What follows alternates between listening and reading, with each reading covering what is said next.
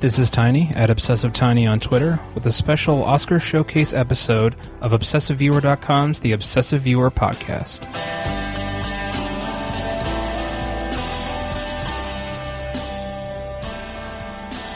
Welcome to the Obsessive Viewer Podcast. We're a weekly movie and TV podcast that covers a specific topic, be it genre, trope, movie, or show, each episode.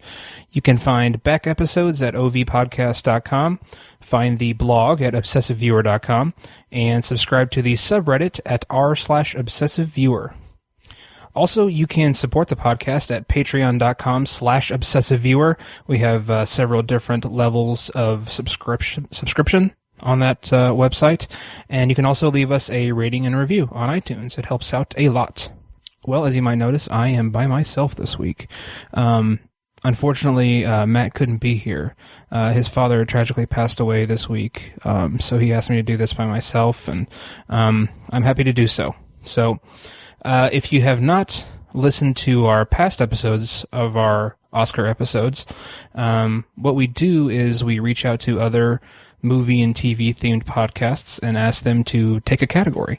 Let them pick what they find interesting and give their opinion.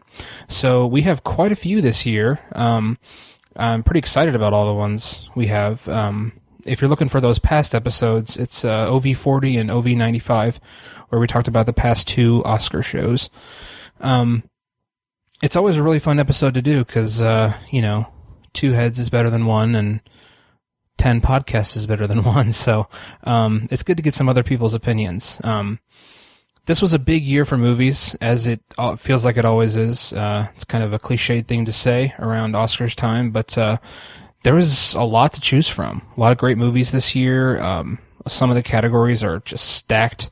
It was a big year, and I'm excited about all the movies that came out this year.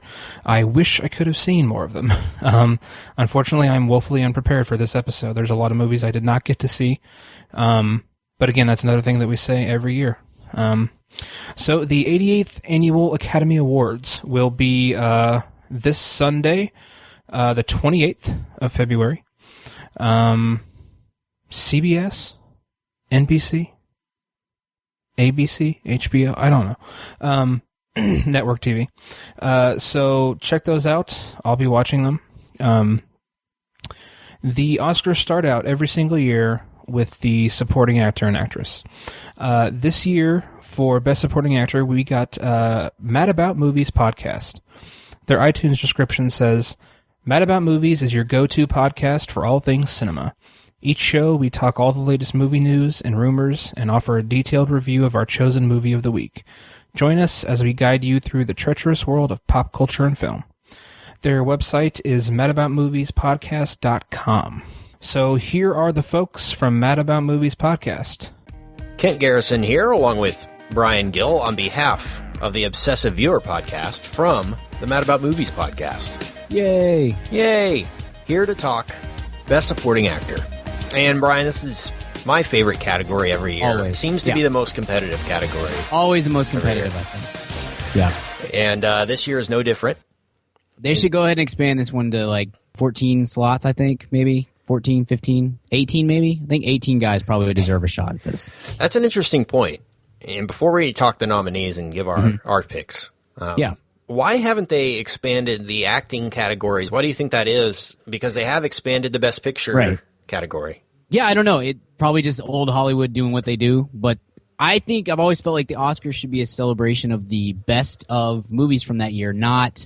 It should not be quite as selective. I think the honor should be getting nominated, not necessarily who wins. And if you're going to go that route, then there's no reason why acting categories shouldn't have 7 or 8 or 10 nominations. And I've long held that we should just expand Best Picture to 10 straight every year instead of this.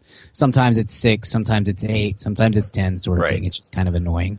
And it'd be interesting to see the actual vote count this year as far as the nominees go because, the top 5 are probably set, but who knows what number 6 got? Maybe just a few votes less than number 5. Yeah. Somebody like Walton Goggins got shut out of this category and maybe in years past would have gotten in had there been a little bit bigger category. But it's an interesting year because I think look, it's always a thick category, but I think for me personally, besides Stallone, I think Stallone has to be an absolute lock, and I think Mark Rylance has to be a lock. You could cut out the next three guys, and you could add, there's probably, I wrote down 7 names that I could slide into all 3 of those places. You know what I mean? So it would be real easy to come up with another 5. Who's somebody else you would have? I would have put in Walton Goggins, maybe. Yeah, Walt Goggins and Kurt Russell both were great. Jacob Tambay from Room was awesome. Keaton from Spotlight. And, Harrison Ford gets my kind of sentimental vote because I thought he was that would be crazy. That would be awesome. Just nostalgia, for nostalgia's sake. Totally. And Gosling, too. I thought Gosling was better than Christian Bale, who actually got the nomination. So. I share that opinion as well. Sure. So let's talk these nominees. First, we have Mark Ruffalo for Spotlight. And a lot can be said for the performances there, but he gives the more flashy performance, I guess. Yeah. I guess that gives him the nod here. He has kind of the only big moment in that whole movie, which I love that film. I think he should win Best Picture, but it's not a very flashy movie, and he's got this one big speech that I think is why he's nominated and Keaton isn't. And, of course, he returns to this category, which he was nominated last year for Foxcatcher. Big couple of years for old Ruffalo. I used to not be a big fan, but he's turned me around big time. I think Zodiac was like the only thing I had seen that I'd actually enjoyed him in, other than the Avengers. Sure. I haven't really enjoyed him in the post-Avengers stuff, Age of Ultron, or I liked him in that first Avengers movie. Sure. But he's turned the corner. Now You See Me Aside. He has turned the corner. Yeah. He can actually jump on a carousel while it's going backwards. He's magic, Ken. He's got the power of magic. He's an actual wizard. He's got illusion on his side. Sly Stallone for Creed. And this kind of, it was a great performance. Don't get me wrong, but this feels like we love Sly. We forgot how awesome he was. Let's give him a nomination. Kind of in the same way Harrison Ford would have gotten it. Sure. How people would have felt if he had gotten nomination. Yeah. But man, he brings it. He's definitely brings it. He's committed. Yeah. I remember watching the movie and I turned to a friend when Sly has that kind of stagger around the ring scene, and I just turned to my friend that was watching the movie. I was like, "Dude, I think Sly just won an Oscar with that one scene." It was such the scene for me was when he gets the news of and then that doctor. Was even better. Like 10 minutes later, like, "Oh my gosh, he's bringing it." So Sly Stallone all day. It's my guy. Well deserved, Sly. Tom Hardy for The Revenant. Mm-hmm. This one, I wouldn't have nominated Hardy. I actually like Domhnall Gleeson more in this movie as far as supporting goes. I even like the bear more than Tom Hardy in this. I don't really get the inaudible Hardy. Yeah. I like the likable, intelligible Tom Hardy. This was not it for me. I personally. I thought he was good in this. A little too flashy. It reminded me of Shia LaBeouf in Fury. Yeah. Like just going all out, like as far accent as you possibly can. But he actually got a nomination. Hardy did. Sure. So Mark Rylance from Bridge of Spies is another not so flashy performance. Just a very nuanced, delicate performance. Yep. And great. It's my choice for this category. Sure. He's second place for me. I'm going all in on Sly, on American Treasure, Sly Stallone, but Rylance is right there. And which leads us to Christian Bale for The Big Short. Mm-hmm. And this is a movie with a lot of flashy performances. A lot of people going kind of all out here. Mm-hmm. And he, maybe the least flashy, ended up getting the nom. Yeah. Crazy. And he's good. I think he's very good in the movie. I just don't think that – I think of all those main parts, the 4 leads, I thought he was the least important to the story. If he wins an Oscar for this, I'll be – yeah, I don't think he's won an Oscar before. I don't think he will win, but that would be crazy considering the performances he's given us in the past few years. Right. American Hustle for one that he did not win for. Exactly. I think this is a 2-man race between Stallone and Rylance, and the others are kind of just there to fill out the roster, as it were. Yeah. But I would love for Sly to win just to hear his speech. Oh yes, same here. I'm glad that the world has kind of come back around on Sly Stallone because we've always been in, Kent. We've always been huge fans, and now the world is kind of getting a reminder of how great Sly is and how much fun he is. He is great. Well, there you have it. Our picks for Best Supporting Actor. And maybe I'll give my Best Picture pick. I think Spotlight is going to win, but I'm pulling for The Revenant. What about you? I am the exact opposite. I think The Revenant is going to win, and I am pulling for Spotlight. Okay, there we go. Thanks, obsessive viewer. And for more from us, go to madaboutmoviespodcast.com or subscribe Mad About Movies on iTunes. We'll see you next time. Thanks. All right. Thanks to the folks from Mad About Movies podcast for that recording. Matt threw in his pick here. I'll just read what he said. Honestly, I don't know why Christian Bale was nominated for The Big Short. Mark Rylance was great in Bridge of Spies with his very subdued performance. I loved how while Stallone reintroduced us to the endearing nature of Rocky and Creed. I enjoyed Ruffalo in Spotlight, but felt like the strength of the movie was its ensemble, and while Ruffalo was a standout in the movie, the strength of the movie was the overall ensemble and subject matter. Having said that, my pick is Tom Hardy. His performance in The Revenant was disturbing in how accessible and understandable the character's actions were. I agree with that. I would love to see Tom Hardy win. Been a big fan of his for a while. But my pick is actually Sylvester Stallone. And that's totally a fan legacy kind of vote, if you will.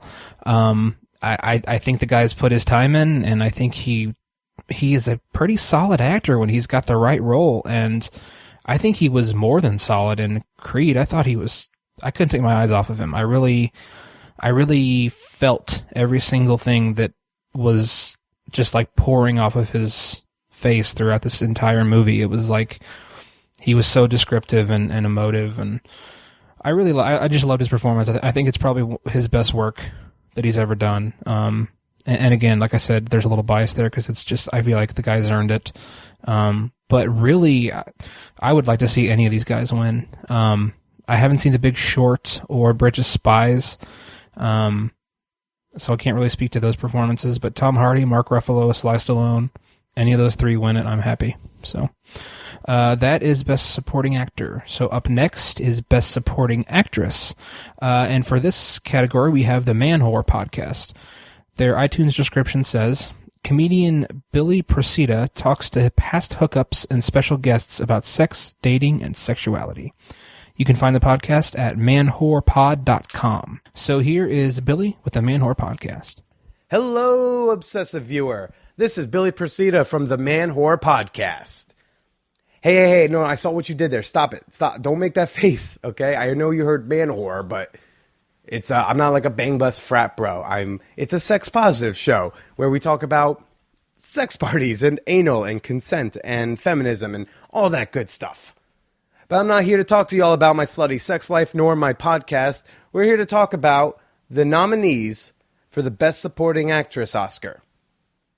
And the nominees for this category this year are Rooney Mara in Carol, Kate Winslet in Steve Jobs, Alicia Vikander in The Danish Girl, Rachel McAdams in Spotlight, and Jennifer Jason Leigh in The Hateful Eight. So let's get started, shall we? Oh, and by the way, why is the sex guy here? I just really love movies. I think I'm the only podcast person participating in this episode who does not host some sort of movie or entertainment podcast. I think mine is the only podcast where butt plugs is a oft spoke about topic of conversation. So let's get started. Rooney Mara in Carol. Rooney, great actress. Loved her in Girl with the Dragon Tattoo. But seriously, how hard is it to play dumb for 2 hours in a movie? Because that's pretty much the entire role. Put enough makeup on me, I'll look like a very innocent person who can hold Cate Blanchett's hand. I don't know. She has one look the entire time. It's just deer in headlights. The one thing I think she did nail, though, was she pretended to be sexually attracted to Cate Blanchett. That is definitely a difficult thing to do. Anyone who can believably orgasm while Galadriel eats you out deserves a nomination. So welcome to the club, Rooney. Next up, Kate Winslet in Steve Jobs. Who doesn't love Kate Winslet, right? She's a phenomenal actress. We all love her. She's the darling child of the Academy. But Kate's not even trying this time. I feel like Michael Fassbender is trying hard enough for everyone in this movie. I think the entire cast is just trying really hard to speak as fastly as possible to cram in all of Aaron Sorkin's dialogue. I don't know. By the end of that movie, Kate's accent is really starting to break through there. This is definitely her most apathetic of her roles, of her nominated roles, this being her 7th Academy Award nod. And I don't know, she's starting to look like my generation's Meryl Streep, but even Meryl's worst roles are still spectacular. Kate, meh, not as much. Still gotta put in that effort. This seemed more like a let's nominate her for the name than the performance.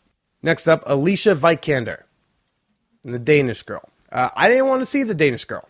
I'm still really mad at Eddie Redmayne for stealing the Oscar from Michael Keaton, okay? So I just didn't want to go see him transform again. I only just watched The Theory of Everything like a month ago. I'm just getting over it. So I hoped it wouldn't get nominated for anything just so I could skip seeing the movie.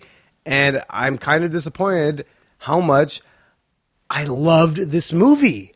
I love this movie about a woman discovering her confusing womanhood in a time where there was just zero context for her gender dysphoria or for her friends and family to understand what she's going through. Alicia, playing Gerda, the wife of Lily, who Eddie Redmayne's character transitions into, destroys in this flick. Oh my God, she is so good. She is a cigarette-smoking, trans woman painting badass. And I love it. Her inner journey was not lost on me for a moment. The entire film. Eddie Redmayne's character had me constantly thinking about how Lily felt. Alicia's performance had me constantly feeling what she felt. And that is the sign of a phenomenal performance of a great actress. Alicia did just that. I also loved her earlier this year in Ex Machina. Thought she was great there too. Alicia is deservedly the favorite of the Oscar nominees in this category, for sure. Next up is Rachel McAdams. Not much to say here. This nomination really kind of baffled me. I loved Spotlight. Rachel's great in it, but it's not really an Oscar role.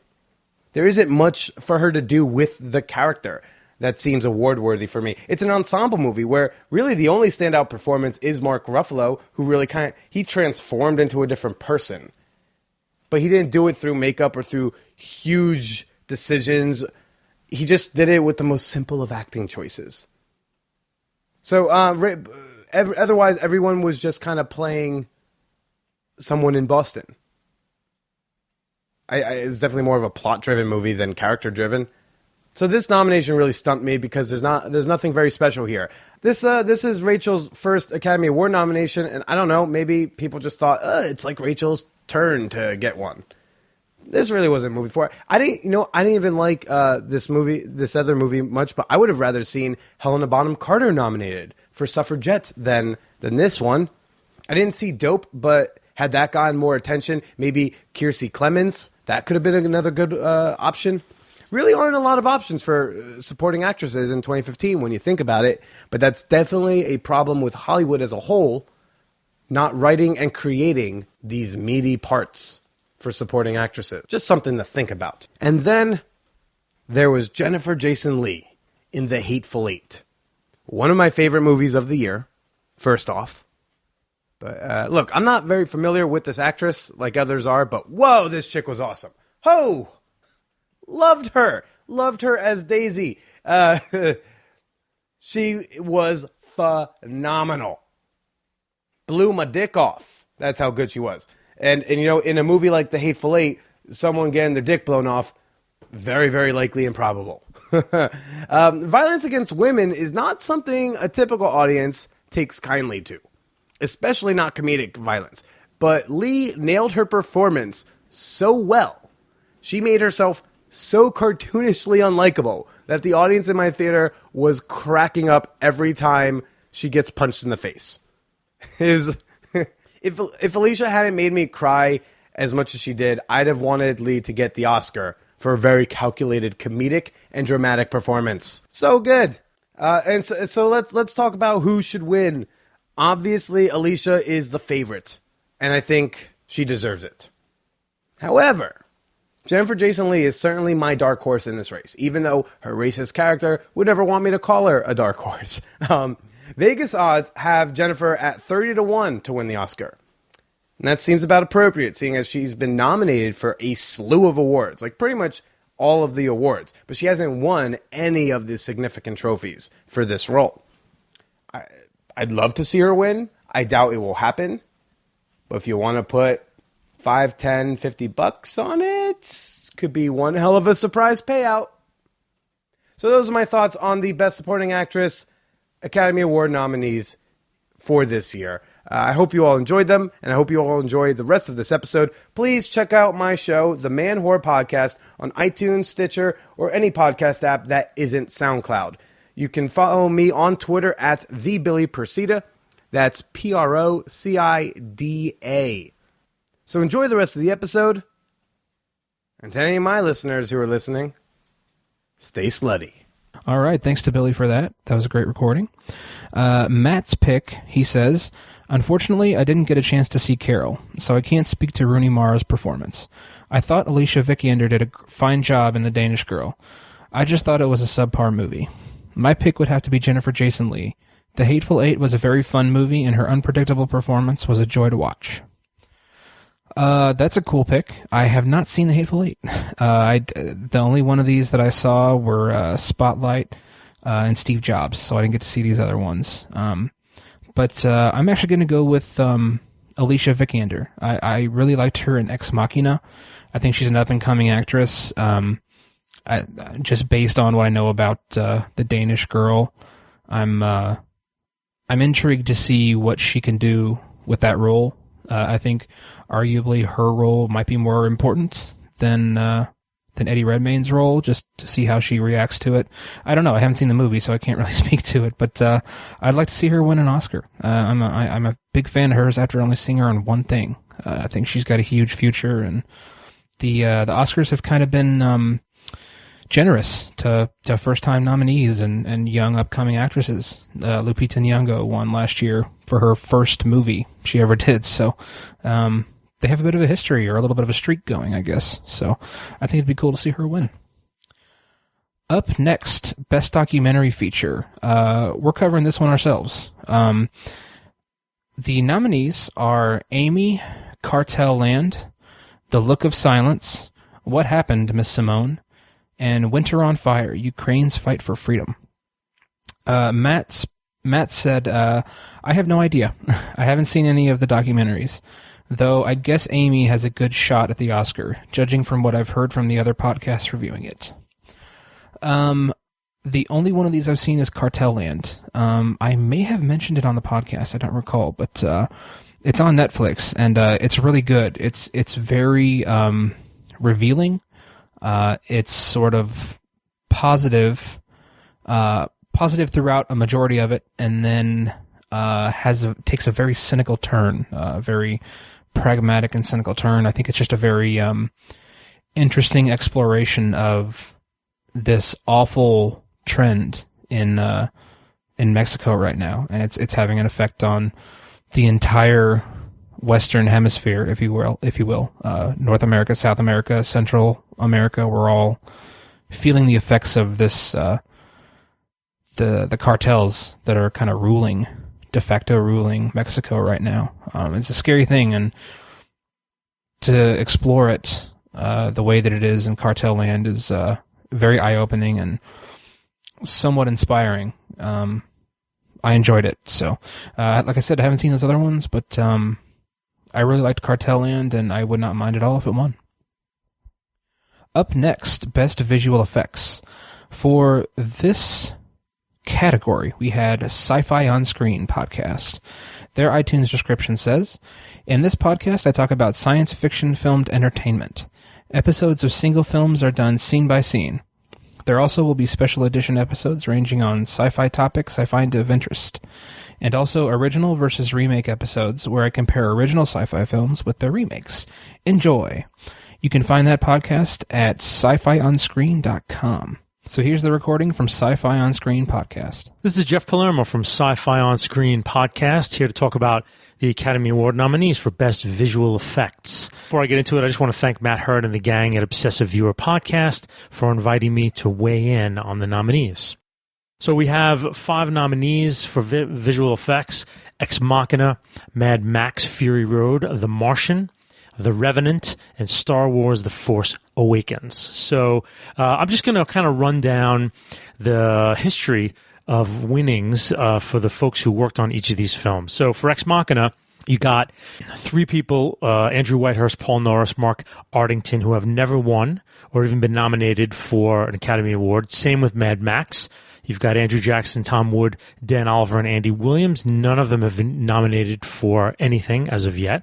The Martian, it's kind of a mixed bag. One of the folks on the visual effects team was nominated for X-Men Days of Future Past, one for Prometheus, and one for Gravity. And Gravity was a winner one year, 2013. So The Martian does have a actual Oscar in its past. Of The Revenant, of the four names I see, Rich McBride, Matthew Shumway, and Jason Smith, neither of those gentlemen have been nominated yet for effects. Cameron Wildbauer, the fourth name, was previously nominated for X-Men Days of Future Past. Star Wars The Force Awakens, the fourth nomination for Roger Guillet. He was previously nominated for the two Trek films and Harry Potter Prisoner of Azkaban. The second member, Patrick Tubac, was nominated for Star Trek Into Darkness. Neil Scanlon, his second nomination, he was nominated for Babe, which actually won for Best Visual Effects. And Chris Corbould is the last name under Star Wars Force Awakens. He was nominated for Inception and The Dark Knight, and Inception actually was a winner. So you have one Oscar win in The Martian. You have two Oscar wins under Star Wars, if that matters at all to anyone listening. I look at it this way. Ex Machina, solid effects, definitely. The AI, female, and most of the film, really well done. Just solid. The Martian and Star Wars, to me, they're serviceable. The Martian was good, Star Wars was good, but we've seen these types of special effects before. I don't think they went beyond the pale or did anything new than what we've seen. The Revenant is tricky because I don't really know where the Revenant effects were, which is, I think, kind of, in a way, maybe is the next thing, because the Revenant and Mad Max kind of similar in that, for the Revenant, I know that Inarritu really, really strove to do as much real in the frame as he could. So I have no idea where the effects were. Maybe a tweaked sunrise or some surface of the water or something. So hard to judge. The last film, Mad Max Fury Road, I thought was amazing. First of all, there were some really beautiful effects that I haven't seen before. The storm that they went into, I thought was really amazing. We've seen the twisters in the storm before. I have a sense that I've seen a lot of visual effects on screen for Mad Max, but again, he did so much practical effects that I think the visual effects were there to enhance what we're seeing, and I think it was done so seamlessly that Mad Max Fury Road looks so great. And nothing really, other than the big moment when they go into that cloud, nothing really jumped out at me as saying, "Hey, special effect." Whereas in the Martian and Star Wars, the two other kind of big budget special effects films, I know when I'm looking at a special effect and when I'm not, right? But in Fury Road, I didn't. Personally, I thought it was the coolest use of visual effects to enhance practical effects to a degree where I'm definitely looking at something out of the ordinary, but yet, there's so much realism involved in it that the visual effects really were to such wonderful effect. So anyway, that's my little take on the visual effects. Thanks again, guys, for having me weigh in. I'll talk to you all soon. All right. Thank you to Sci-Fi on Screen. Matt's pick, he says, visual effects is always a really fun category, and this year is really strong. I think I'd go with Ex Machina because I really love the movie and the visual effects mixed with the real world very well. That's also my pick. If you remember, I referenced this movie a few times on the podcast. I think we all talked about it at one point. I was the least enthusiastic proponent of the movie, but I am a proponent of it. I think it is a good movie. I think I just like it a little bit less than most other people. I'm part of the minority there. But I think it's an awesome movie, and I think it's best for this. I think it's the best pick for this category because the visual effects were 100% integral to pulling off the movie. The other movies like The Martian and The Revenant and Star Wars, they needed visual effects too. That you can't make those movies without it. But for Ex Machina, you didn't only need it, but it had to work really well because you're talking about a real life person, a human being, impersonating a robot or like a cyborg, whatever you want to call it. That requires some really impressive science and visual effects work. And the movie just wouldn't have worked without it being done really well. And I think they more than achieved that. I think they exceeded it. I think it was really well done. And I hope they win the Oscar for it. Up next, we are going to combine Best Original Song and Best Original Score. And our friend Kate from Kate's Take podcast is going to handle this category. Her iTunes description says, each episode, director, writer, and producer Kate Chaplin chooses a film that has shaped her life and dissects it to find meaning and universality in that film's message. You can find her podcast at d20crit.com/podcasts/Kate's Take. So listen to Kate for her picks for Best Original Song and Best Original Score. Welcome to a very special Kate's Take segment part as we join and partner with the Obsessive Viewer Podcast. There we go. Obsessive Viewer Podcast. Thank you, Kate. You are the voice inside my head. And you are the wind beneath my wings. Well, no, it's fitting because we're talking about original score and original song. See what I did there? Look at that segue. Look at that segue. Yeah, that's right. We did this last year too. We did. Yes, we covered the screenplay categories last year. So, and this year we are all about those beats, the music. Woo! Let's drop it. Of a movie. I think so. Yeah. I really do, because I have worked on plenty of movies before their film score is in or their songs are in, and it doesn't have as much life. And you can change a movie when you listen to a different soundtrack. Absolutely. Ask Quentin Tarantino. I'm just saying. Absolutely. Reservoir Dogs would be a totally different movie without that soundtrack. And it's funny you should mention that. So this morning, look at that, segues left, right, center. It's like I know. I'm all over the place. Just dropping it like it's hot. So I saw on Facebook, I don't know if you saw this, but it was 100 movies, or they claimed it was 100 movies. I didn't count. Okay. 100 movies, all dancing to Uptown Funk. I've seen that, and I love it. I love that. It's very, very good. And I mean, it's sharp, it's snappy. There's another one that is the song "Shut Up and Dance with Me," also cut to by the movies, which is fantastic. Yes, genius. Yeah, music changes everything. You know what? It made me want to do two things. It made me... I mean, like, that song's been played to death, right? Yes. But it made me want to, like, get up and just, like, boogie. Absolutely. But also made me want to sit down and watch, like, 95% of those movies. Oh, absolutely. American in Paris is my musical jam. Yeah. I love that movie. So good. So good. All right. Should we hit the categories, though? Let's hit the categories. All right. We'll start off with original score. Original score. All right. Do you want me to read these, or do you want to? You can read these. All right. So for original score, the nominees are Bridge of Spies by Thomas Newman, Carol by Carter Burnwell, The Hateful Eight by Ennio Morricone, Sicario by Johan Johansson, and Star Wars by John Williams. Ooh. Dun, dun, dun. So a lot of the big hefty one that's in here, though, is John Williams. He has won 5 times. And has been nominated 50 times. Good Lord. More than anybody else.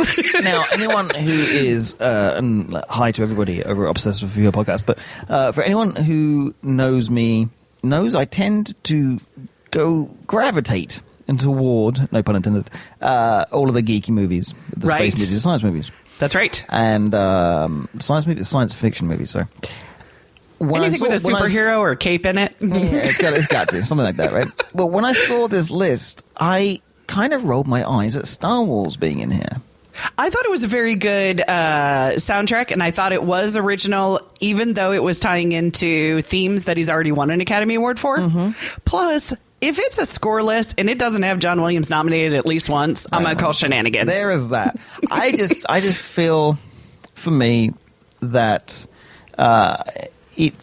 while it's original, while there is some beautiful themes and variations, and I'm all about themes and variations, I feel like it's still a little cheap. A little bit. Just a little. So it was. There was no Duel of the Fates in Star Wars Force Awakens. Right. Exactly. So there's that. Yeah, it really was. See, now that, absolutely. That kind of rules it out for this year. Yeah. Yeah. Yeah, so I think that's a rule out. Carol, Carter Burnwell, this is actually his first nomination. Okay. So it's one of those things. I didn't hear really a great memorable theme from Carol, so I kind of think that one's out of the running. Mm-hmm. Is my theory there? Hateful Eight. Oh man, so Hateful Eight. Okay, Ennio Morricone, he has never won. He did receive in 2007 an honorary Oscar for all of his musical, contributions to film. He has been nominated for six different scores. Right. He's to me the only real contender against Thomas Newman for sympathy vote or we love all of your work before this. Okay. But I did not like that score. I thought it was phoned in. I thought it was repetitive. It wasn't super memorable to me. And in the movie itself, felt very misplaced to me. So I don't know. It could win, but I don't think it will. And here's the thing. When it says the word original score. Yes. To me, original mustn't sound phoned in. Right. Because it's no longer, if it sounds phoned in, it's not original. You're troping it up. Exactly. And you couldn't have done it and knocked it out of the park, with the same team in 1977. Right, exactly. So that's why I would rule this and Star Wars out particularly, because it felt, phoned in. And, it felt done before. Not original. Yeah, it felt, it didn't feel honourable of the title original score. Now, right, or fit into the movie necessarily too. Yeah. Right. Now, had this been phenomenal score, and what's the best music score, I probably would throw Star Wars right up as a contender. Right, I just don't feel it's original enough. So with that one, Hateful Eight, phoned in. Makes sense. With that. Sicario, Johan Johansson was nominated for The Theory of Everything. This is only his second nomination. He's relatively new at this. Yeah. Sicario, same thing. I watched that. The score was not popping out at me. Oh. Which leaves the one where the score actually really did pop out for me, even without knowing it was nominated, was Bridge of Spies, Thomas Newman. So good. Did you know Thomas Newman's been nominated 13 times and has never won? Oh, so he's the Leonardo DiCaprio of... He kind of is, yeah. Of the music I'm kind of thinking, he's been nominated, I picked out a couple... Nominated and didn't win for Shawshank Redemption, American Beauty, Finding Nemo. Wait. American Beauty was a phenomenal soundtrack. How did that... Absolutely, didn't win. Do you know what it lost out to off the top of your head or not? No, I don't know. 1999 American Beauty. While you check it up, he also was nominated for WALL-E, Skyfall, and Saving Mr. Banks. So he's been nominated for some amazing stuff. So my gut instinct... And I think you agree with me because you do love the spy movies. Original score, our guess is Thomas Newman for Bridge of Spies.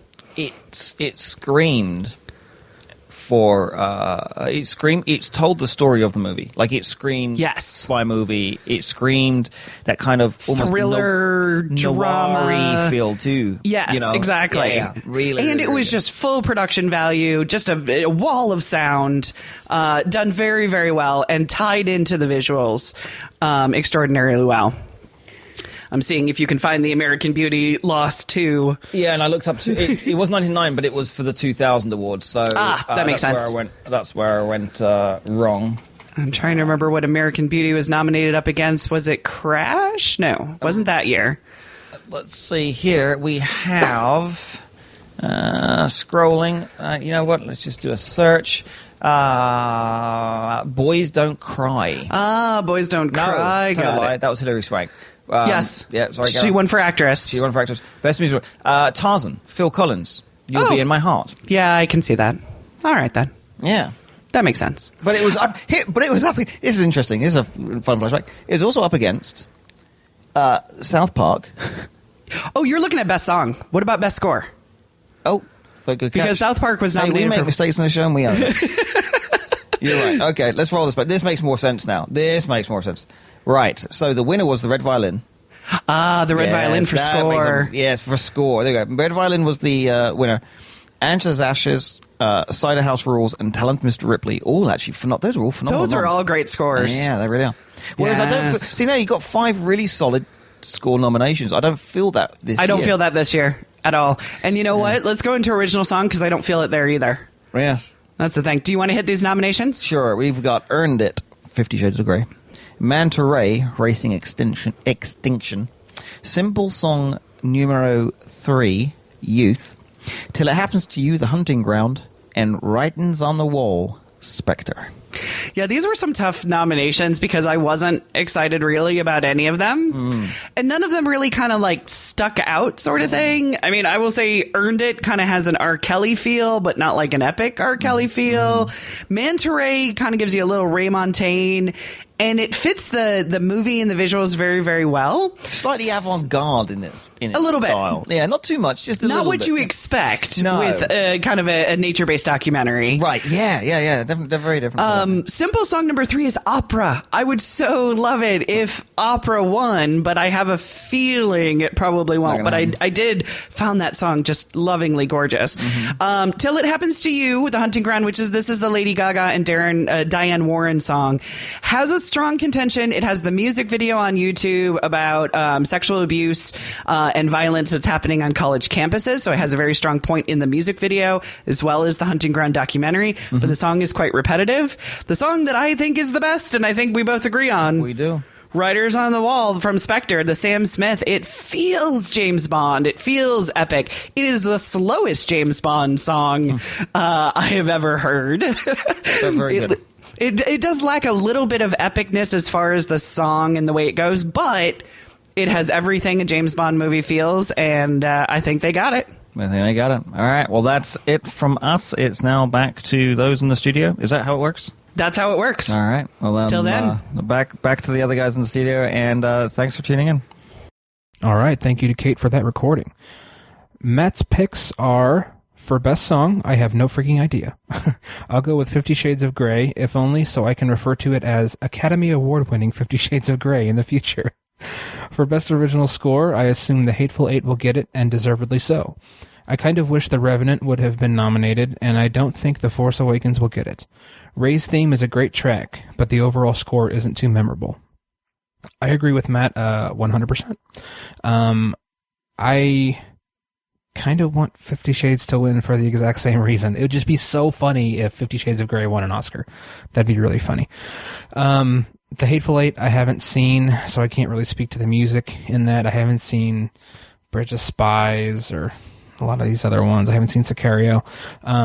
So I'm going with 50 Shades of Grey for best song because that'd be hilarious. And best original score, I'm actually going to go with Star Wars because it's Star Wars and it's the most recognizable and epic music in the history of film. I realize it's a whole new song for Ray's theme, but I don't know. The music spoke to me in Star Wars as it always does. I liked it a lot. And the other films weren't really memorable to me, and I haven't seen them.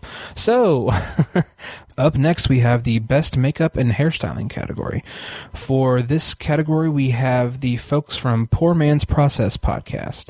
Their iTunes description says, teaching you to make films on the cheap or will die trying. You can find their podcast at supraliminalfilms.com. So here are the folks from Poor Man's Process podcast for this category.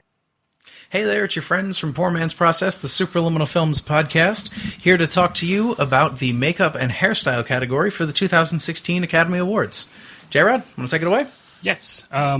This year, the nominees are, for Mad Max Fury Road, Leslie Vanderwelt, Elka Wandague, and Damian Martin. For The Revenant, Sean Grieg, Duncan Jarman, and Robert Pandini. And then for The 100-Year-Old Man Who Climbed Out a Window and Disappeared, Love Larson and Ava Von Beer. All right, so we've been talking about this for a couple of minutes now with our resident effects artists, Paul and Max. We hadn't, or at least I hadn't heard of The 100-Year-Old Man Who Climbed Out a Window and Disappeared, but looking at the pictures, what did you guys think? We'll start with that one, and then we'll kind of go, and then we'll go around and say what we think is going to win. It's a great old age makeup. Oh, yeah, it's very good. I didn't have the benefit of seeing it too much. I watched the trailer when I looked up, when they reached out, when you Obsessive Viewer reached out to us to do this. I watched the trailer because it's foreign film, so you can't see it in this country, and the movement's good. Everything looks solid on it. It's a good aging of him too. If you look at him, pre-makeup. If you get a picture of the actor and put it next to the shot of him from the movie, it's alarmingly close. Absolutely. All right, moving along to The Revenant. to me personally, as not an effects artist but as a watcher, as notable for making people from the modern age look dirty as for the Leonardo DiCaprio got half eaten by a bear makeup, because it's something period pictures sometimes mess up in that they make people either too dirty or too clean. Here they look, to me at least, like people who would have been fur trappers, fur traders in the 18th century. I agree. And then obviously there's the bear prosthesis. The gore effects are good, super solid. I don't know. I haven't seen the film yet, because I'm on the Academy. No, I'm just kidding. Ouch. But I don't know how much of that is actually going to show up on film, like the depth that they achieved on these wounds and everything. But I hope they do, because his body's going to be, out there for a while. So I hope you get to see some of the depth and detail they put into it, because it's intricate work for sure. Mm-hmm. Paul, what are your thoughts? Just like a constant, like having those constantly around and in the same place, and all the details in every shot. And I don't know, well, they probably don't consider the conditions the makeup's being done in for this one and the one we're going to talk about next. But just the extreme conditions on those two alone make them... Yeah, makeup freezes. Yeah, because they were doing makeup in the darkest Canada at this point. So it's... you have to use all alcohol-based makeups. You have to be very careful, because even everything is... brutal. Yeah, not perfect because things apply differently. Yeah. You're also at altitude. Pores shrink. You're also at altitude and things change. Pores shrink in the cold. That's another good one. Yep. I can imagine them sitting in their chairs in the morning with hot towels wrapped around their face. For sure, because you have to get to open the pores. You have to open your pores to get the prosthetic adhesive in there. And then to the one that I hope is going to win, for a little spoiler of what we're going around, Mad Max Fury Road. Just for the scarification tattoos on the War Boys and the scarification on their lips and faces and everything else. Scarification is one of those things that is, it impressed me before I knew what went into makeup. Like, people with fake scars in film. And just the amount of these massive chest pieces that are all just scarification. And the physicality that they had to do in those makeups. Yeah, and Nux climbs over the war rig a bunch of times, and he's got big scar tattoos on his chest. And again, the opposite extreme conditions. Super heat. Filming in Australia. You're going to sweat through a lot of stuff. Going to just sweat it off. Everything. You sweat, then you climb over something, everything just wipes off maybe. Yeah.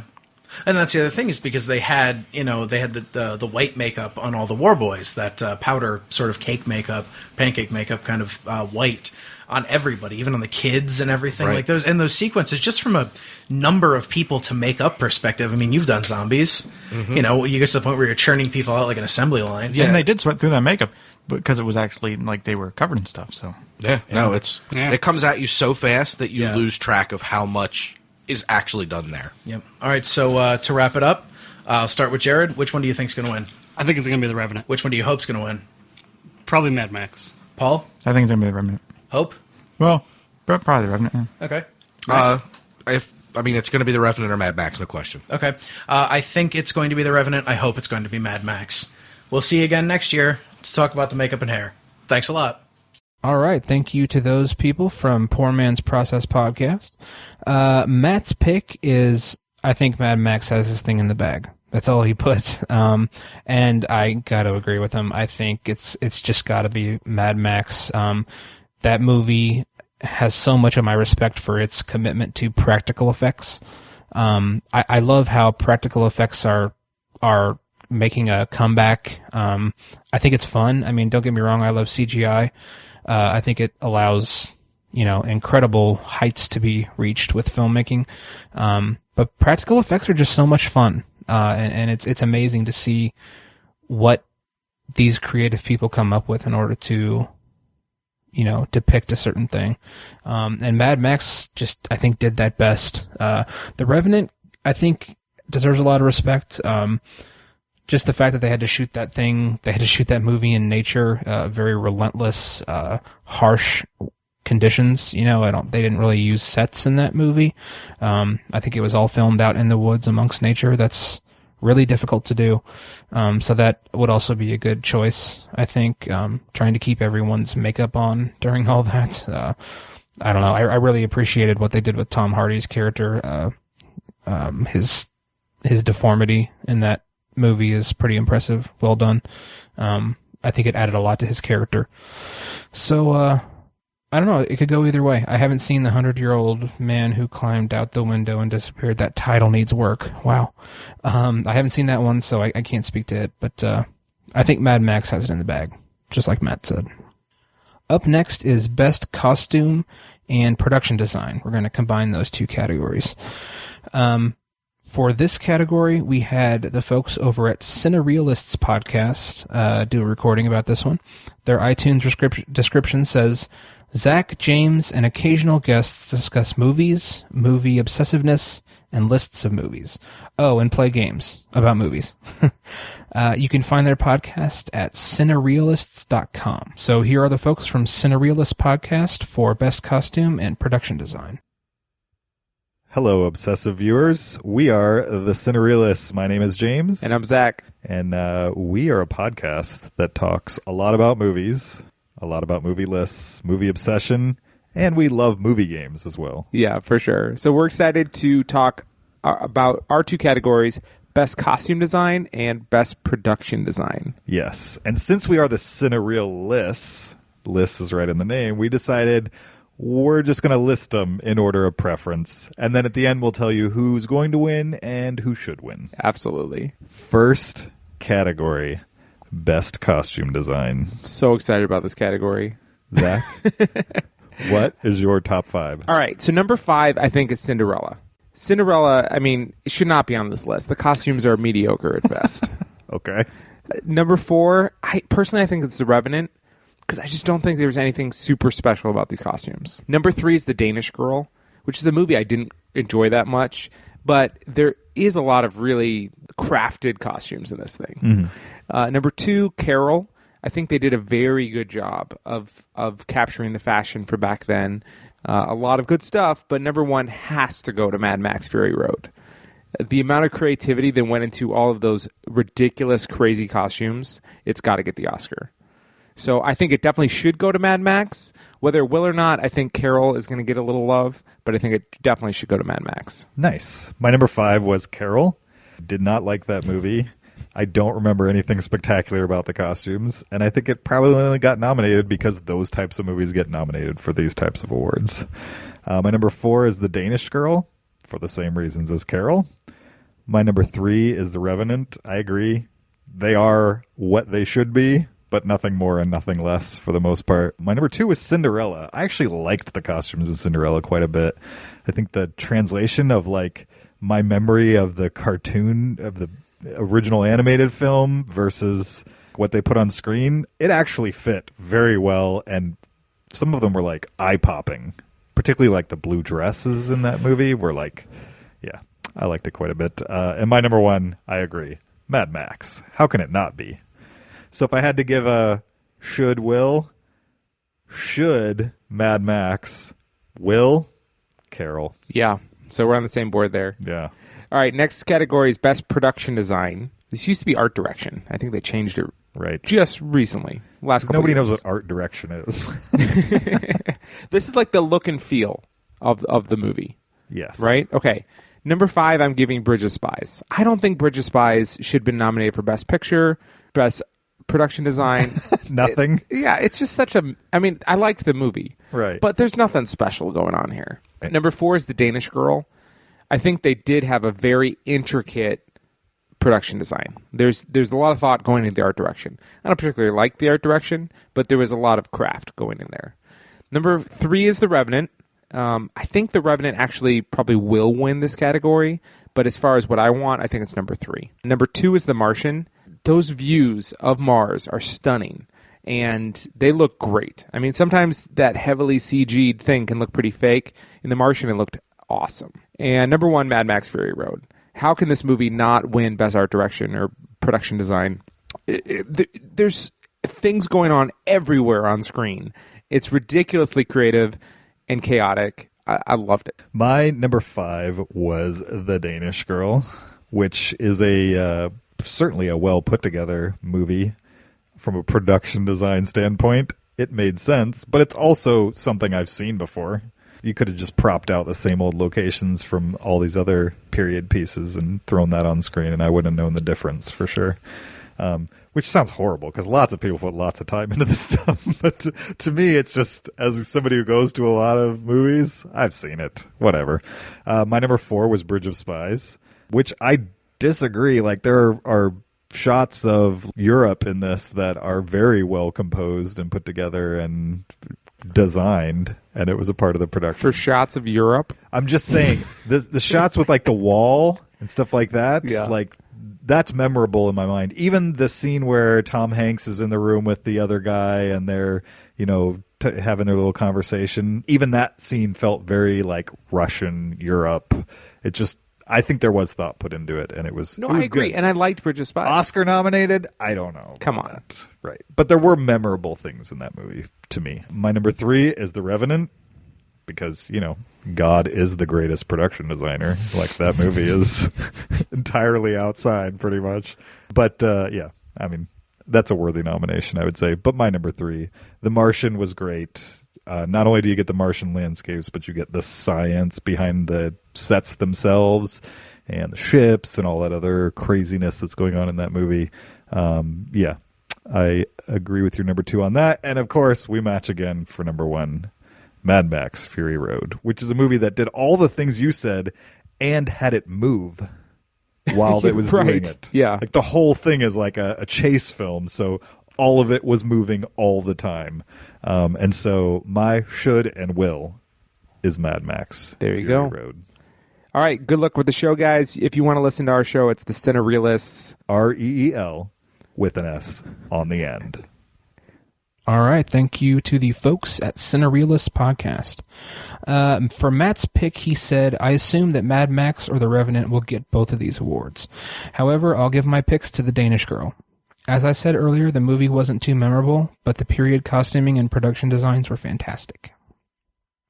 That's a good choice. I haven't seen The Danish Girl, but the previews I've seen of it, that sounds like a pretty good description from Matt's part. I'm actually going to go with Mad Max. I actually saw a lot of these movies that are nominated here. I didn't see them all, but I'm going with Mad Max for the reasons I mentioned earlier, the practical effects, and especially from a production design standpoint.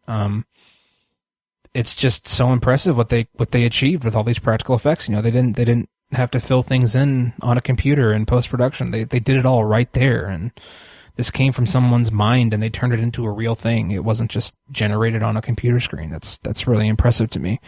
And the costumes in Mad Max. Name another movie that has costumes that cool and unique and different. You can turn on the TV and see a Mad Max movie, and you're watching a Mad Max movie just by how crazy the people look. It's a very unique design to the costumes in that whole franchise, really, and that was done to magnificent effect in the latest Mad Max movie. So I have no problem choosing it for both of these categories. Up next, we have the Best Editing category. For this, we got the folks from Still Got It podcast. Their iTunes description says, remember all those movies you grew up with? How you thought they were the height of cinematic awesome? Well, we did too. But now we're watching with fresh eyes to see if they still got it. You can find their podcast at stillgotitpodcast.com. So here are the people from Still Got It podcast for Best Editing. Hi guys, this is Celie Schumer and Nora Walensky, and we are from Still Got It, a podcast that watches favorite childhood movies that maybe you haven't seen in a long time, and now we judge them with the harsh eyes of the jaded adults that we've become. And we're really excited to be on this episode of Obsessive Viewer, breaking down the Academy Award nominees, and we're here to talk about Best Film Editing. We've got a lot of opinions about the Academy Awards, but editing specifically. Just specifically editing a lot of... Academy Awards in general. Cinema overall. I have a lot of opinions on cinema. A lot of them. But these movies, I mean, it's a good bunch this year. It's a great bunch. We got Big Short. Yeah, let's run down the nominees. Mad Max Fury Road. Fantastic. The Revenant. Garbage. You're an idiot. Spotlight. Also good. And Star Wars. So, I think Mad Max is going to win this category. Yeah, it has to. But I also think Mad Max should win every category because I think it was the greatest movie of the year. Top to bottom, just mind-blowing, this movie. That is true, and honestly, that's kind of what I feel like some of the editing is the pace. Mad Max is a long movie. Yeah. And all of these other movies, honestly, are long. I would say, honestly, only Star Wars and Mad Max are the ones that don't feel long. For different reasons. Yes. And I think that's part of what editing does, is it's that pacing. Yeah. It hits you and it hits you and it hits you. And then when it settles down in some of those really long, like, beautiful shots and scenes, it's the exact right time to let you breathe. And I think that's done better than anything I've seen recently. I totally agree. Because it is, you kind of break up the movie in different little chunks when they're at the Citadel, when they leave the Citadel, then they're in the dark area, and it flows, but it changes so subtly and makes you feel so differently every time. I feel like editing is sort of accomplishes some of the same stuff that the sound and music does, and it lets you know how to feel without you realizing that that's what it's telling you. Yes. You know? Yeah. So you need an editor, is the point. You also can't have not an editor. I definitely think there are some movies that you sit down and you watch them and you don't know why you don't like it because the story is good and the acting isn't bad and you think it's about things that you should like, but for some reason it rings false, and I bet you 9 times out of 10 it's the editing. I will say honorable mention, though, to The Big Short, because that is a very hard book to translate, a topic and book to translate into a movie, and I think it was done daunting, really flawlessly. Like, it was, the acting is amazing, and obviously that cast is just like, top bananas, pops, right? But the editing and the way that they're explaining such a convoluted thing to a viewer who may or may not have read the book, may or may not know a thing, and just like thinks, oh, Adam McKay and Brad Pitt. I came in as that person. I barely understood. I could tell you about the housing crisis and the fact, big banks, and what they did is they lied and, to the public, and that was my understanding. End of sentence. You feel the stakes at every moment, and I think the same with Mad Max too. But I can't say enough for Mad Max. And The Revenant I'm so sad that I have I've seen The Revenant and you haven't, so this isn't a fair conversation. No. Maybe this is an unpopular opinion. Maybe I'm a fool. You are, and hated. I hated You also hate good movies, though. That is not true. I'm literally sitting here and agreeing with you about all these good movies. Well, you've been, it's the exception, not the rule. So it's just like pulling your teeth. Yeah, I love a movie that pulls your teeth. No. Spotlight, I did enjoy. I really liked it. And Here's the thing about The Revenant versus we're done with The Revenant. No, You're wrong. No, The Revenant is like pulling your teeth, and it's awful and it's painful, but I don't give a shit about anyone in it. That's where we differ. I care about those people. Yeah. I'm rooting for them. I just have to want to give a shit. I have to want to see how your story ends in some way or another, and I didn't care how this story ended. That's my thing with Revenant, and I blame the editing. I don't. Sorry, Spotlight. Talk about Spotlight. Okay, so Spotlight, I really enjoyed it a lot. I think it's the best movie of the year? No, but I liked it a lot, and I felt like the story that they also were telling, similar to The Big Short, a lot of moving pieces, and it's hard to do a good movie about journalism. Yeah, because it's boring. Journalism's boring. Because there's a lot of things, and this, happened over a long time period, and but I think they did it very, very well. I think Spotlight keeps winning things. I don't think it would win Best Editing because I think there's a lot of other things to recommend it more. Yes. And I think the editing is a bigger piece in the machine of some of these other movies, particularly Mad Max. And Star Wars The Force Awakens, we know what you're doing. Yeah. We know what you did there, guys. It's great. It's fine. It's good. It's great. I see you, girl. Yeah. It's just a big movie of I see you. I see you. It's just giving the people what they want. But I cannot say enough of Mad Max Fury Road. If you haven't seen it, you gotta see this movie. Guys, it just will blow you away. Got it.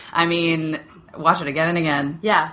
This has been Celie Schumer and Nora Walensky from Still Got It podcast, jumping on with Obsessive Viewer, and we think Mad Max should win Best Oscar for Best Editing. Best Oscar. And they should win the Oscar for Best Editing. Win the Academy Award this year. You should go see it and judge for yourself. Yeah. And you can follow us on Twitter at Still Got It Pod. You can find us on iTunes, Still Got It Podcast, or Facebook, Still Got It Podcast.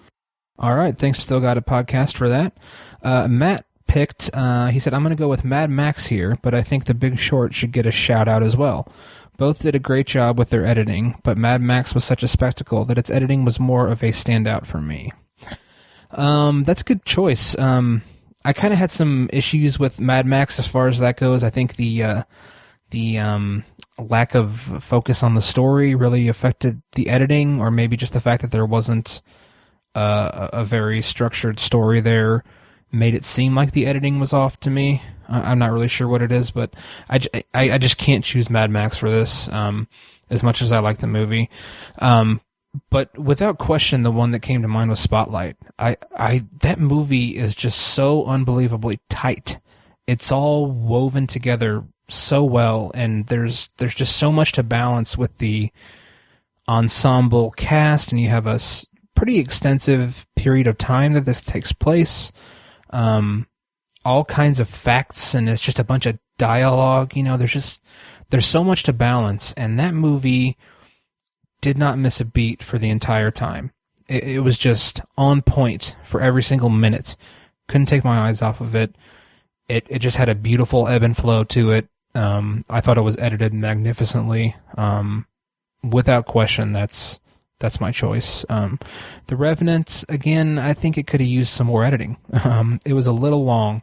I don't think it was too long. I don't really think it took away from the movie very much, but I think it could have used a little more editing, in my opinion. So, up next we have Best Animated Feature.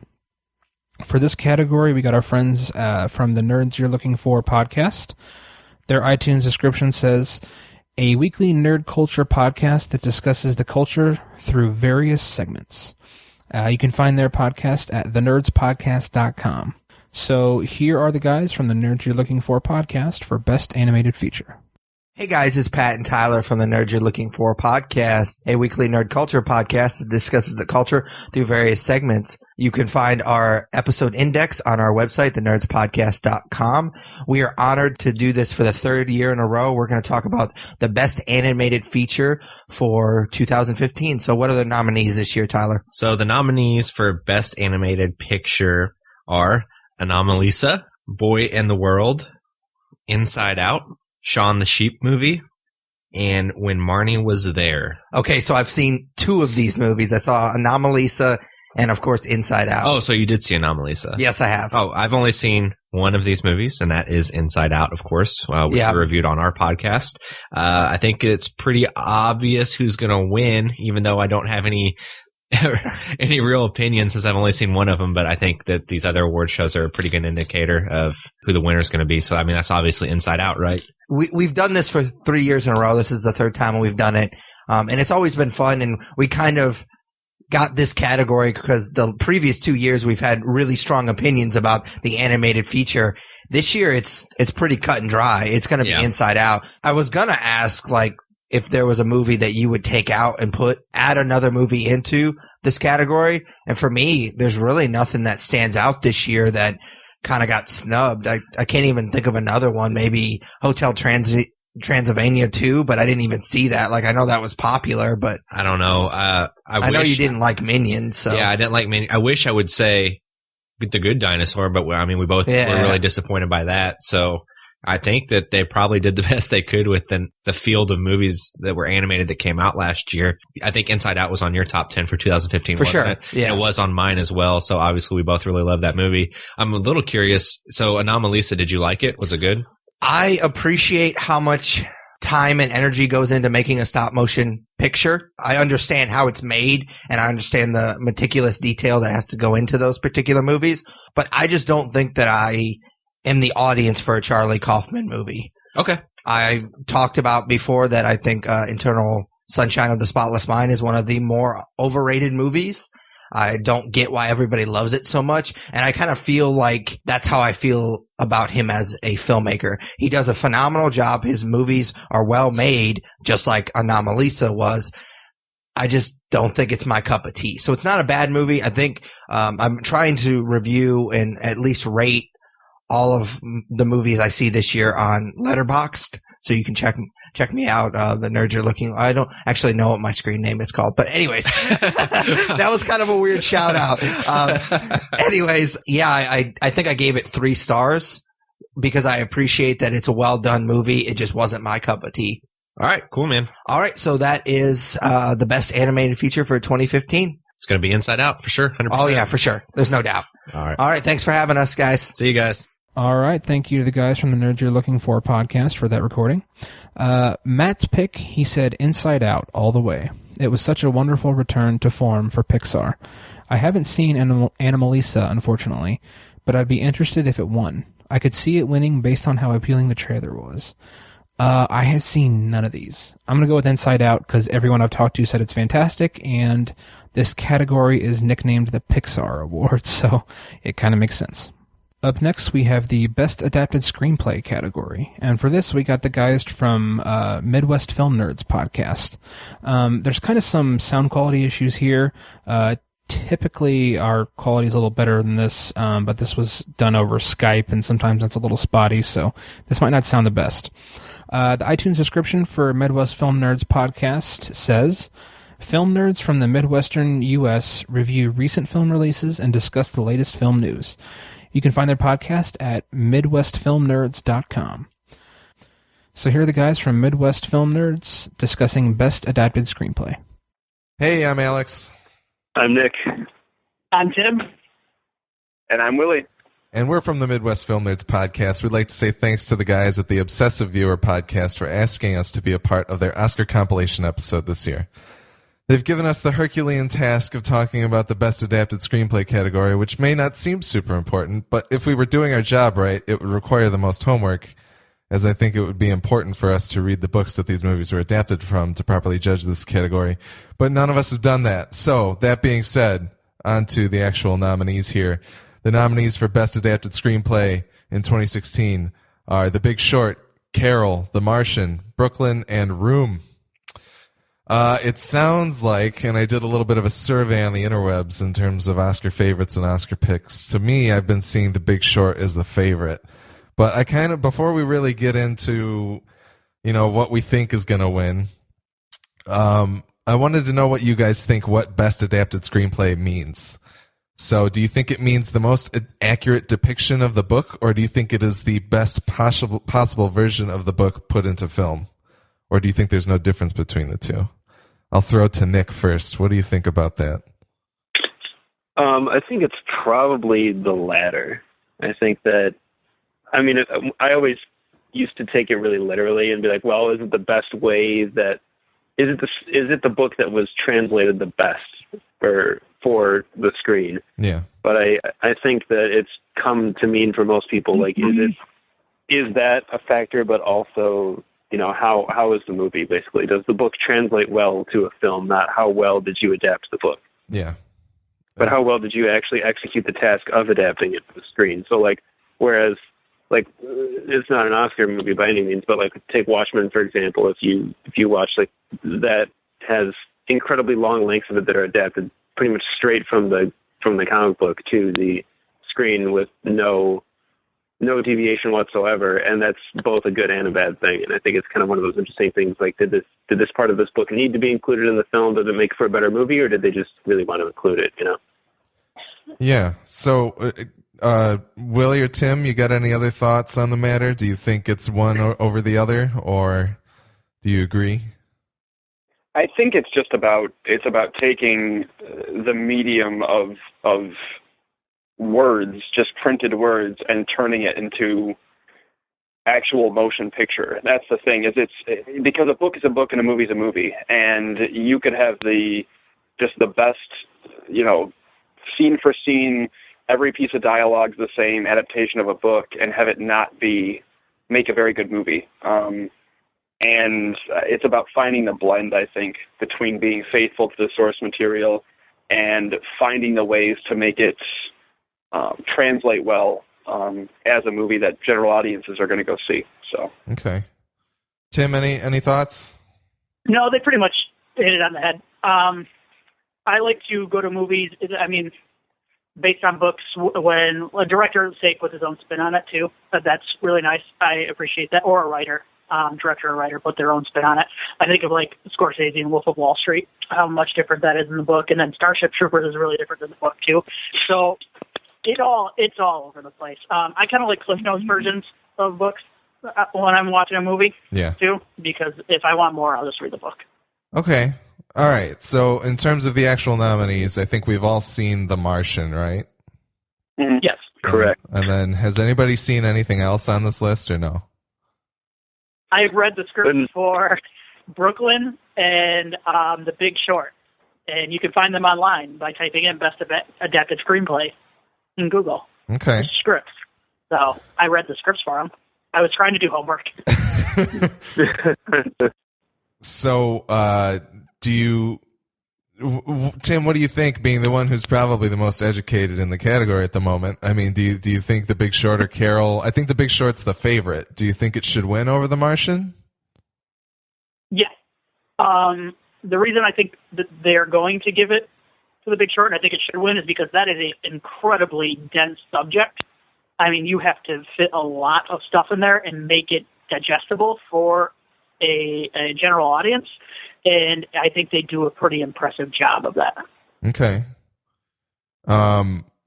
Nick or Willie, you got any thoughts on why you would think something like The Big Short should win over like a science fiction like The Martian, or anything?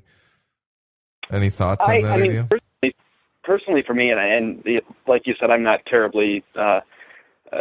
I'm not prepared for this conversation. I haven't done all the research, but a movie like The Martian, which I've heard is relatively faithful to the book, I think for me personally that's an achievement, because you've got a story about one man stranded alone with very few. I mean, some interactions with other characters, but really not much. And to take that in a book form is totally different. You can see things from the character's perspective and have the character describe things to you and get into the inner thoughts of a character.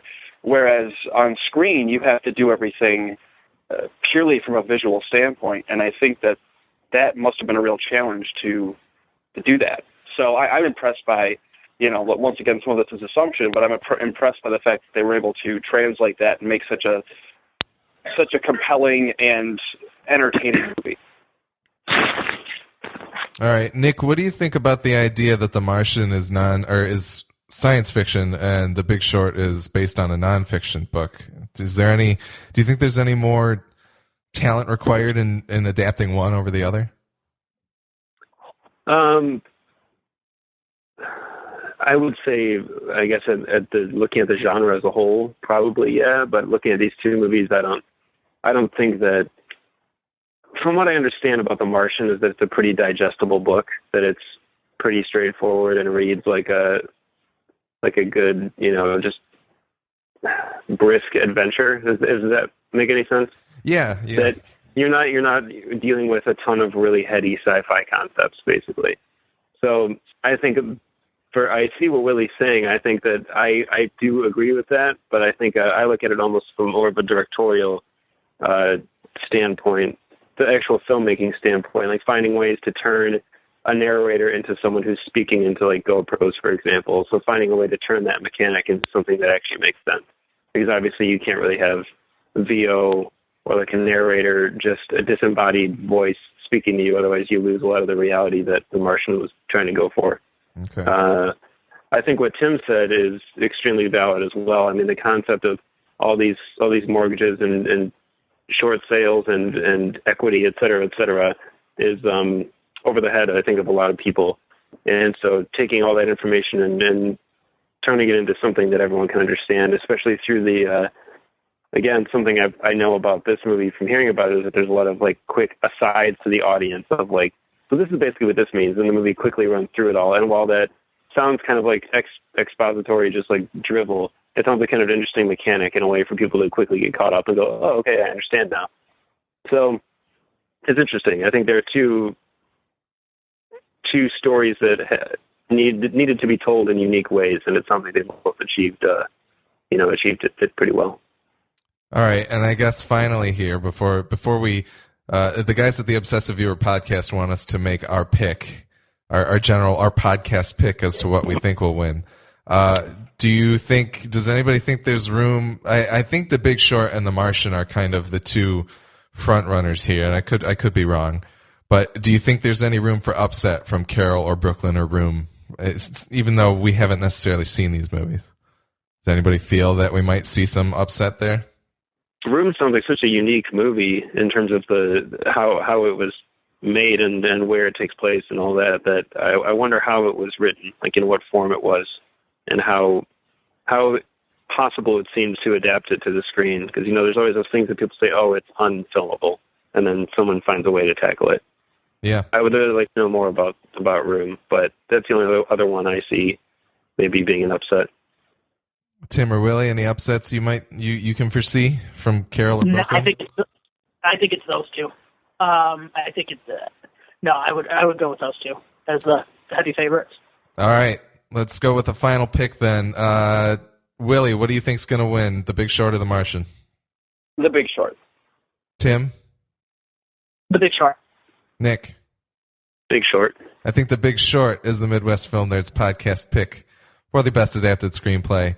Thank you guys for listening, and we hope you'll come and check our podcast out, but also thank you to the Obsessive Viewer podcast for allowing us to take part in this experience. On with the rest of the episode. All right, thanks to the guys from Midwest Film Nerds podcast.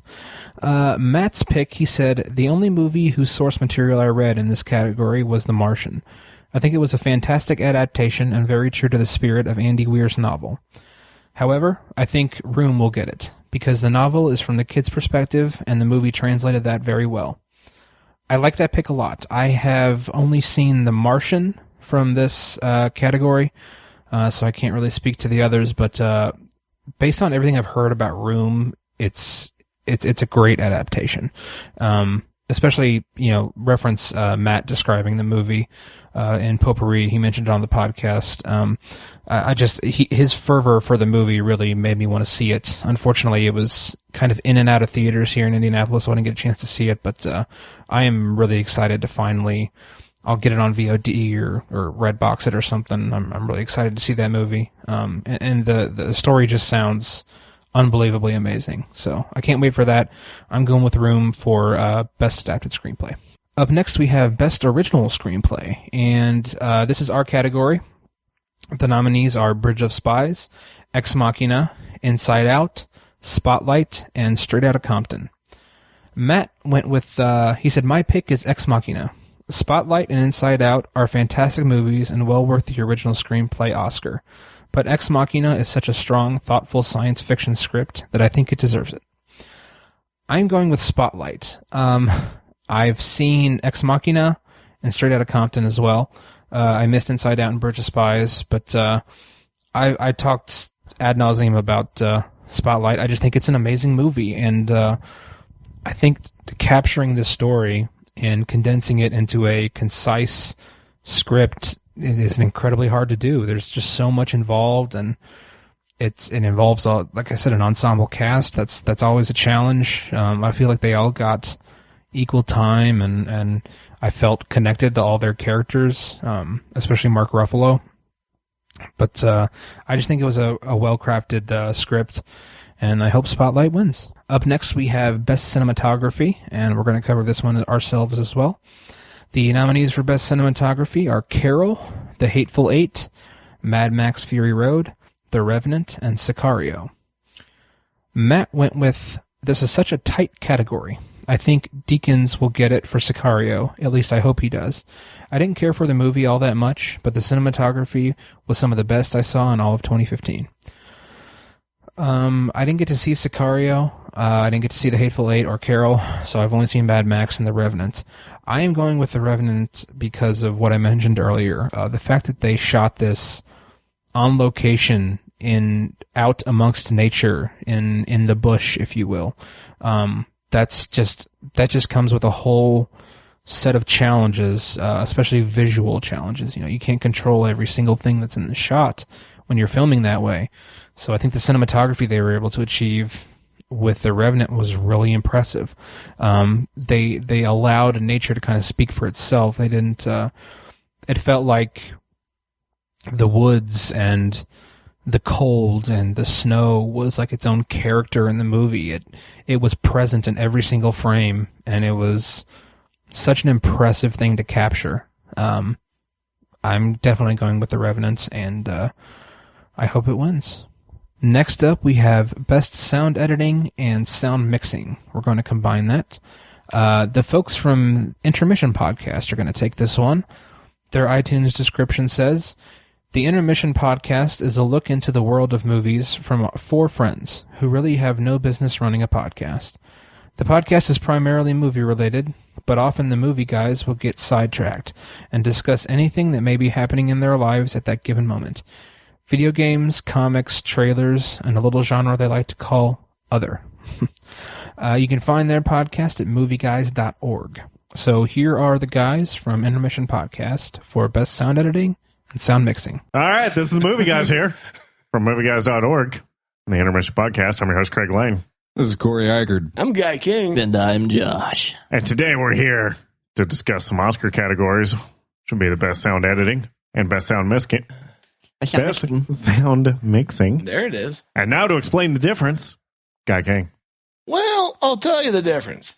Best sound editing is like taking what is on the studio, editing the parts that they need, deleting background noise, this and that, white noise, any noise that they don't want in the scene, and it will distract from what the scene is.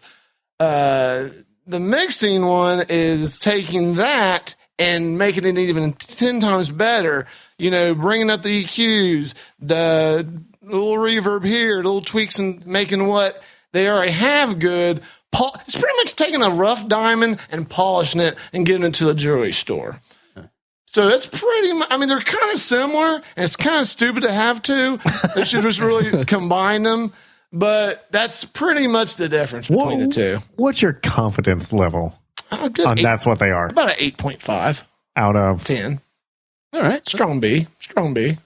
Josh, how do you feel? I don't know. He gave that rating of his confidence level very confidently. Yeah. So I think I'm going to buy your explanation, Guy. All right, Corey, you're the cinematography person here. Yeah, it's really out of my league here.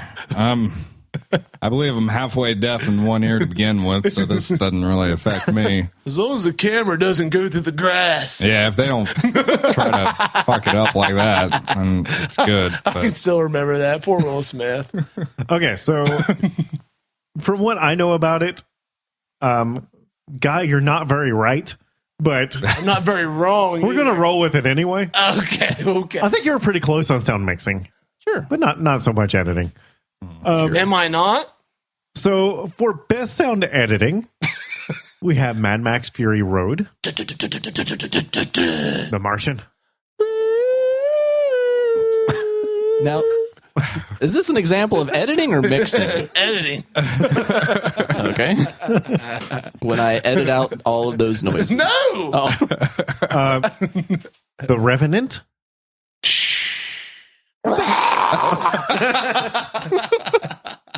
That was the bear. Does the bear make that noise before it roars? Yeah. He took a in the river, and then that's a psh, and then he saw really Leo, hot. and he's like, "Rah! How dare you witness me in the river?" And then they raped. So I'm really interested in this next one. Yeah. Sicario. Hey, where's the cookie? He got killed. Is that a spoiler? Yeah. I think I heard that in Scarface too. Yeah. They're similar. Oh, okay. In Star Wars: The Force Awakens.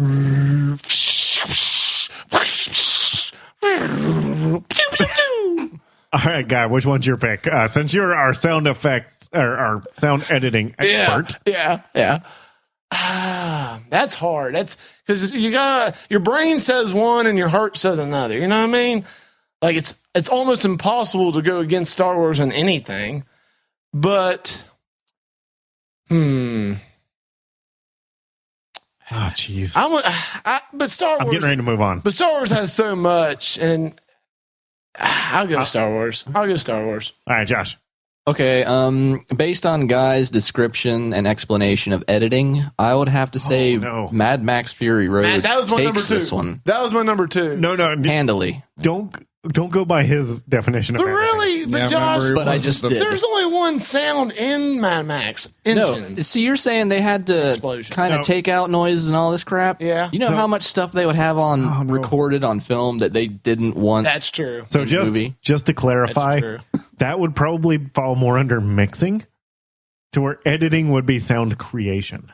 Well, they had to do a lot of that in there too to fill in the spots where they took stuff out. Okay. Yeah.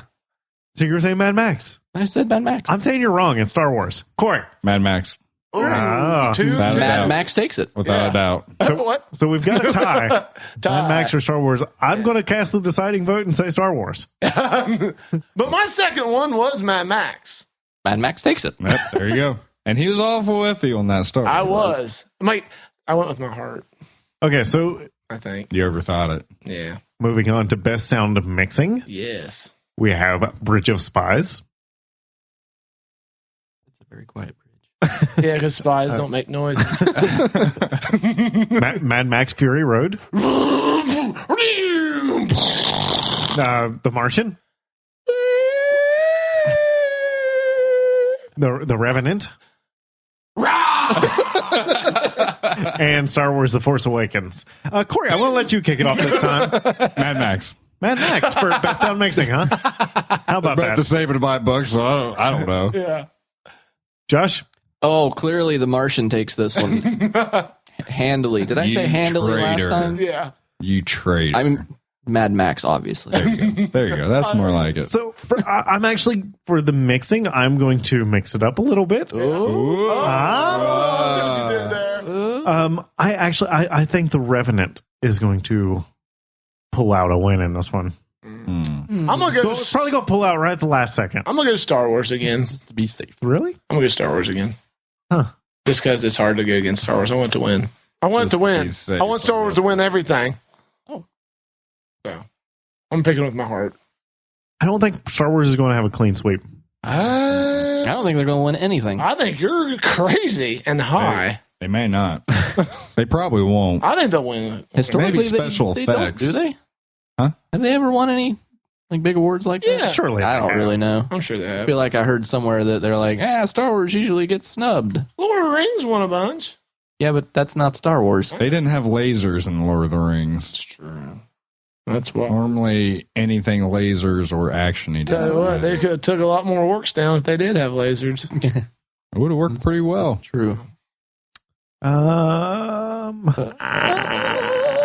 They've definitely won some awards. All right. So you heard it here first, folks. Star Wars will not win any awards. Oh, but why are you against Star Wars? I'm not. I'm just against awards. Yeah. Yeah. All right. So that wraps things up for the sound mixing and sound editing categories. Little disclaimer, I don't think we really knew what we were talking about this year. We totally did. I think we did. I think we picked them, I'm though. pretty sure we did. All right. So be sure to check us out at movieguys.org. Bye, friends. Bye. Toodaloo. All right. Thanks to the guys from the Intermission podcast for that recording. Matt said, I forget the actual difference between mixing and editing, and don't have the time to look it up as I'm writing this. But I think Star Wars had some great sound work. In particular, the sound design when Kylo uses the Force is so booming and imposing. I like that a lot. I'm actually going with The Revenant for both of these. Again, out amongst nature, uncontrollable forces, just really difficult work, I think, and they pulled it off really well. I think all of the dialogue was captured. There was nothing that was muffled, even though it felt very real and like you were present amongst these conversations and all that was going on. It's kind of funny because a lot of the movie follows a man who's by himself who doesn't say much. But again, I think that's a challenge, amongst itself to capture that and still have quality sound work. So I'm going with The Revenant for these two categories. Up next, we have Best Director, and we're going to cover this one ourselves as well. The nominees for Best Director is Adam McKay for The Big Short, George Miller for Mad Max Fury Road, Alejandro Gonzalez Iñárritu for The Revenant, Lenny Abramson for Room, and Tom McCarthy for Spotlight. Matt said, I would like to see George Miller win for Mad Max. His age when he made this movie makes it impressive, but I'd argue that anyone making a movie as audacious as this one would deserve to win. However, Lenny Abramson also did an incredible job with Room. My pick is Tom McCarthy for Spotlight. I've been raving about this movie all episode. I talked about it a lot in our past episodes. I was just impressed with what he was able to achieve. Keeping everything so concise and focusing on the right parts and just getting those performances out of those actors was just really impressive. I mean, he had a fantastic cast, as demonstrated by Mark Ruffalo and Rachel McAdams being nominated for Best Supporting Actor and Actress, respectively. Getting those performances out of those actors is an impressive feat. Giving them all equal time and making sure all those characters are well-rounded, all while paying perfect homage to the story and the real life story that happened. I think he pulled off an incredible balancing act and did it so well. The movie it moved me personally. And it meant so much to me personally that I'm kind of indebted to Tom McCarthy for doing such a great job with this. So he is my choice for Best Director. All right, on to Best Actress. We're in the home stretch here. We're going to cover this one ourselves as well. The nominees for Best Actress are Cate Blanchett in Carol, Brie Larson in Room, Jennifer Lawrence in Joy, Charlotte Rampling in 45 Years, and Saoirse Ronan in Brooklyn. Matt said, Brie Larson all the way. She gave an incredible performance that had me tearing up in the opening scene. Saoirse Ronan did a fantastic job in Brooklyn as well. Any other year and she would have it. I like that pick a lot, and that's what I'm going with as well. I didn't get to see any of these. I haven't seen any of these performances, but again, based on what I know about Room and even just based on the trailer for it, I think Brie Larson probably takes the cake on this one. I've been a big fan of hers for a while. I mean, probably the last 4 or 5 years I've been thinking she's going to blow us all away coming up here pretty soon. She's going to get the right role in the right movie, and it's going to be the right timing, and everyone's going to see it, and they're going to be blown away. I hope this movie is that for her. She's great, and I want to see her win an Oscar. She's my pick. On to Best Actor. We're covering this one too. The nominees are Bryan Cranston for Trumbo, Matt Damon for The Martian, Leonardo DiCaprio for The Revenant, Michael Fassbender for Steve Jobs, and Eddie Redmayne for The Danish Girl. Matt said, this is another stacked category. My pick is Leo, though, obviously. If he finally wins, I'll be glad it's for a performance so worthy of it. This is a crazy stacked category. I mean, these are like powerhouse actors. I haven't seen all of these, but man, this is just such a great category this year. It seems like this has been one of the best categories over the past couple of years. When Matthew McConaughey won it, was that last year or the year before? I don't remember, but that was a huge year for Best Actor, and it's just been such a competitive category over the past couple of years. I am going with Leonardo DiCaprio as well. This is also kind of a timing thing. The guy's just earned it. He's been nominated so many times, and it felt like he was a shoo-in so many times in the past, and this time it feels like he's the shoo-in. I mean, it's just like it'd be crazy for them not to give it to him. Even though Bryan Cranston is an actor who's been around for a long time, has tons of friends in the industry, undeniably one of the best working actors right now. Matt Damon is a fan favorite, and I can't take anything away from his performance in The Martian. I thought he was great. Michael Fassbender had a really difficult job. It's always difficult to be the lead in a Aaron Sorkin movie because his dialogue is so difficult, and he fit in like a glove. I really was impressed with him. Eddie Redmayne, I have not seen The Danish Girl, but he's never not impressed me, regardless of how small his roles are in anything I've seen him in. So I think he's also one of the best working actors right now. He's going to probably win a few more Oscars in his career. But again, I just have to go with Leonardo DiCaprio. He was so haunting and just fell into this role and embraced it so much. I mean, the guy was just a rag doll throughout this movie who just went through the most physically demanding journey that a person can go through. I think it's just really impressive. And even though he was acting, I think the guy went through some serious trauma for this role. And it was such a physical role that required an incredible emotive performance from him, as opposed to just, using inflection in his voice or adapting a foreign language or some kind of crazy accent or something. There wasn't a lot of flash to this character like that. It was all just a very on the surface, very blunt performance, and not every actor can handle that. But Leo just knocked it out of the park. So, not a difficult choice for this category. Leo DiCaprio. Now to the big show, Best Picture. We're covering this one as well. The nominees are The Big Short, Bridge of Spies, Brooklyn, Mad Max Fury Road, The Martian, The Revenant, Room, and Spotlight. Matt said, "This was a fantastic year for movies, and I think the Best Picture nominees reflects the quality of the year well.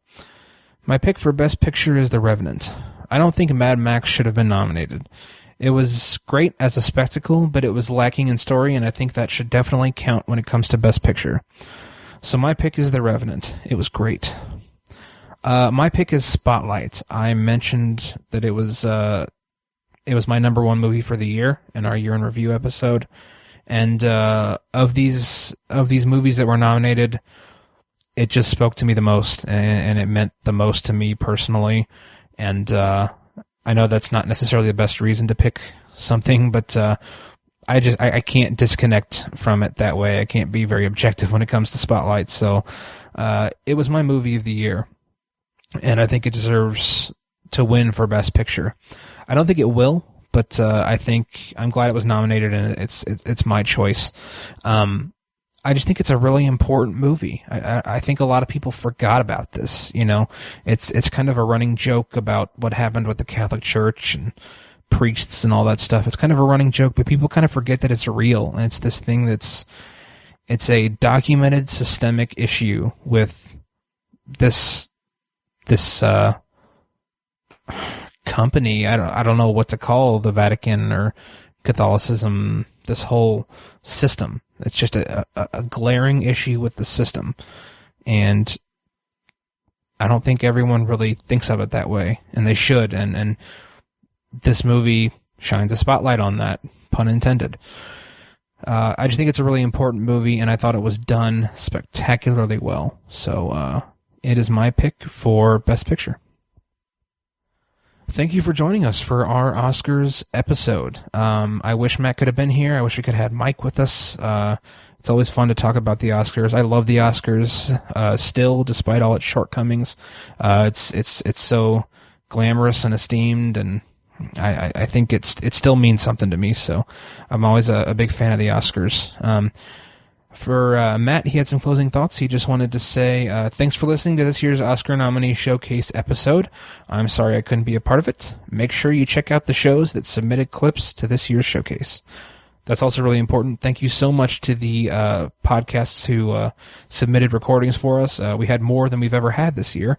It was very nice of them to do. They don't have to do that, but they choose to take the time to send us recordings, so we really appreciate that.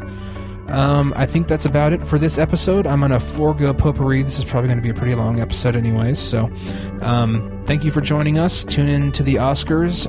Let us know what you thought of our picks, who you guys are picking. Thanks for joining us, and thanks for listening.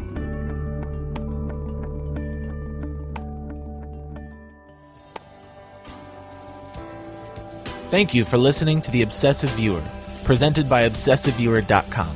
You can find more of our episodes at ovpodcast.com, and you can subscribe to the show on iTunes, Stitcher, or your preferred podcast app. The Obsessive Viewer's theme song is An Eclipse of Events and is provided by Loudlike from their EP Mistakes We Must Make. You can find that and more great music from them on iTunes and like their Facebook page at facebook.com/loudlikemusic.